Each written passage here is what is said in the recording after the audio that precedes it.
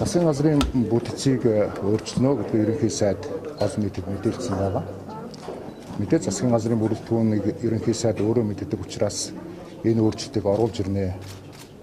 Оруулж ирэхдээ цаг хугацааны үед хэдийвэ гэдгийг бол бас ярилцах хугацаа бол бидэнд байгаа болов ч мэдээж харж байна.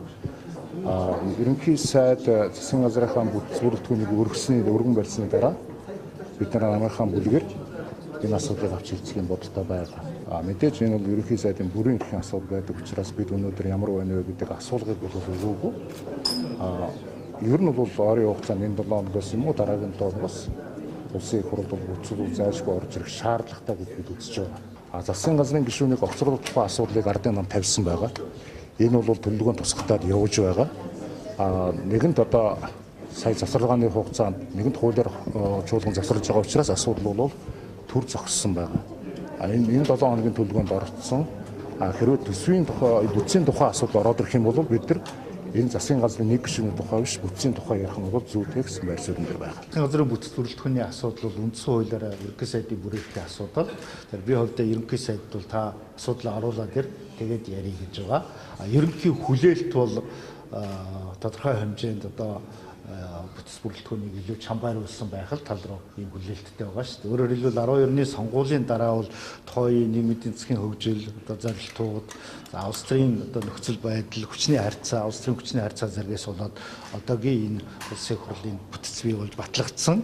За 2 жил яваад эргээ харахад бол мэдээж хэрэг одоо чиг үүргүүдийн илүү чамбайруулах, хүс тогтолцоонд нь зарим нэгэн өөрчлөлт хийх, за магадгүй одоо зарим ажлын доголдож байгаа гэж үзэж байгаа салбарууд дээр сайттай нь бас одоо ямар нэгэн байдлаар ажлын хариуцлагын асуудал ярих гээд хоригдлогч юмнууд бол байгаа.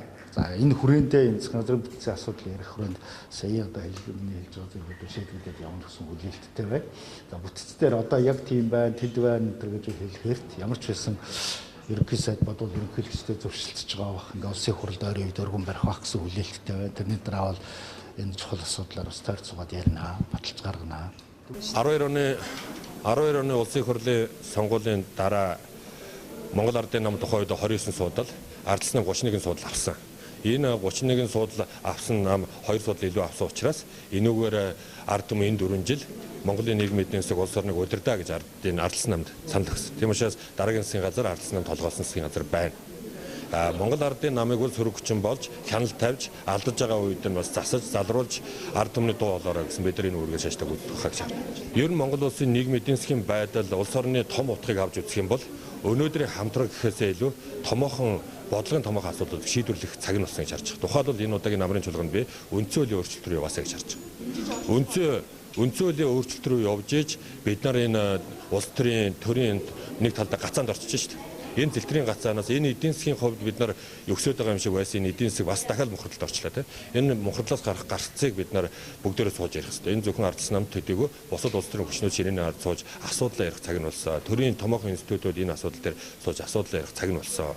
Өнөөдөр бид нар явж энэ бол үндсэн хуулийн өөрчлөлт рүү магадгүй томоохон хөгжлийн бодлогын гарцууд руу бид нарыг түлхэж байгаа. Тийм учраас энэс гарах гарц бол энэ байна гэж. Нэгдэж хамтраад ажиллаж байгаа шүү дээ. Улсын хурал дээр орж ирж байгаа засгийн газрын бодлогыг бол бид нар бүх талаар дэмжиж байгаа.